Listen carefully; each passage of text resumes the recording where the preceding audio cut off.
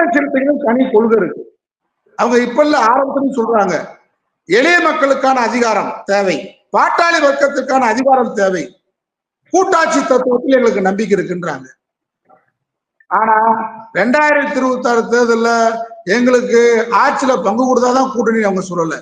2026 தேர்தலையும் எங்கள் கட்சியின் கொள்கையும் முடிச்சு போடாதீங்க.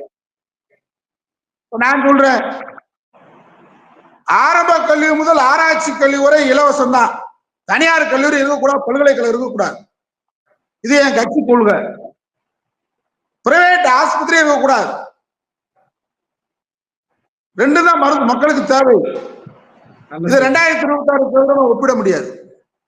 2026 தேர்தல் என்பது இங்கே தமிழகத்தில் சாதியமும் மதவாதமும் இணைந்து இங்கே மிகப்பெரிய குழப்பத்தை சனாதன சக்தி உருவாக்க சதி செய்கிறது.